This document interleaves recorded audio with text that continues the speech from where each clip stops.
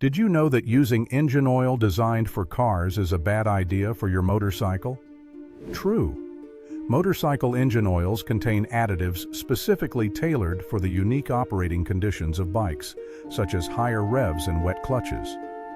Using car oil can lead to poor lubrication and potential engine damage. Here's another one. True or false?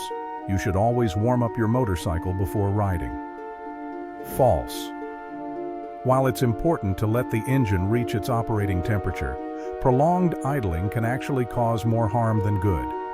Instead, ride gently for the first few minutes to warm up your bike effectively. Myth number 3. More tire pressure equals better fuel efficiency.